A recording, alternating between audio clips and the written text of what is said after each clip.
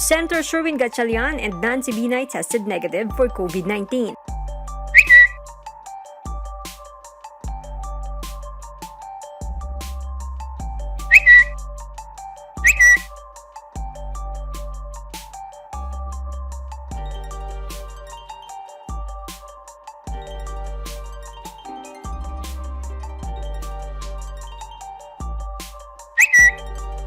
The two lawmakers placed themselves under self-quarantine after attending a Senate hearing with a resource person who tested positive for the virus.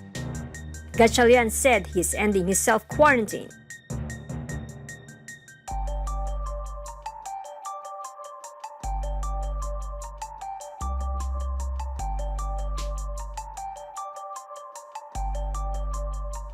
Binay, on the other hand, will finish her 14-day isolation.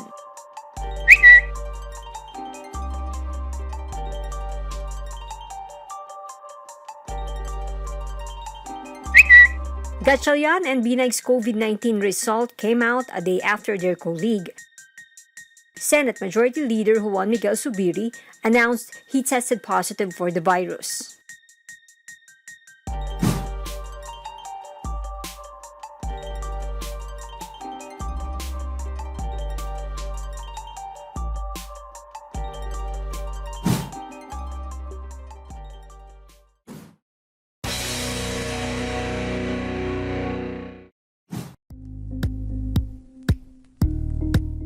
Thank you for watching Politico TV. Please like and subscribe to our channel for more videos.